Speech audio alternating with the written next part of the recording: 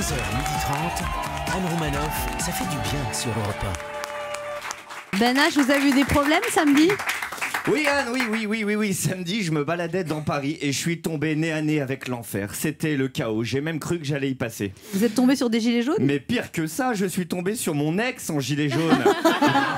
Cumul de haine. À la base, un gilet jaune, c'est quelqu'un qui est en colère contre l'État et qui veut se friter avec Macron. Une ex en gilet jaune, c'est quelqu'un en colère contre l'État. Mais à ses yeux, toi, tu es encore pire que Macron.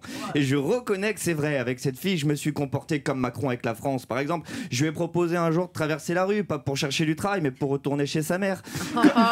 Comme Macron aussi, elle arrêtait pas de me parler de ses problèmes à longueur de journée. Elle pensait que je ne la comprenais pas, alors que non. Comme Macron, c'est pas que je la comprenais pas, c'est que j'en avais strictement rien à foutre. Comme Macron, je l'ai traité même une fois de gauloise réfractaire. Oui, de gauloise réfractaire. C'est quand même dingue de bâtir ma Gaule et finalement de pas vouloir en jouir. Bref, j'avais aucune envie de la revoir.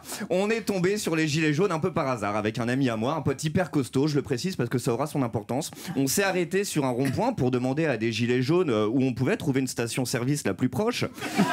Ils m'ont demandé si c'était une blague. J'ai répondu que non, je ne travaille pas le week-end. Ça les a pas fait rire, hein. Ils nous ont bloqués, ils sont partis chercher leur chef, pardon. Alors le chef, 1m85, 100 kg, une tête de tueur d'enfants. J'ai vite compris qu'à l'école, il était beaucoup plus assidu au cours de PS qu'au cours de français. Il a commencé à me parler. Bon, j'ai pas compris un mot, hein, ça manquait clairement de voyelles. Alors j'essaye malgré tout d'échanger avec lui en mettant le moins de mots possible dans mes phrases et en faisant des grands gestes. Mais peu importe les négociations, peu importe même ma compréhension, une règle de vie, hein, quand un homme de 100 kilos parle, l'homme de 50 kilos écoute. L'homme de 50 kilos l'écoute, surtout si le mec de 100 kilos c'est en plus le nouveau mec de ton ex. Elle m'a tout de suite reconnu. Bref, une fois...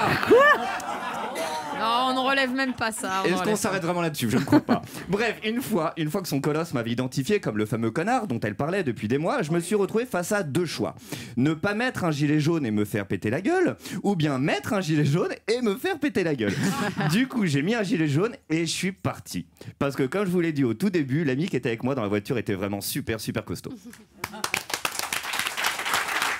Europe 1.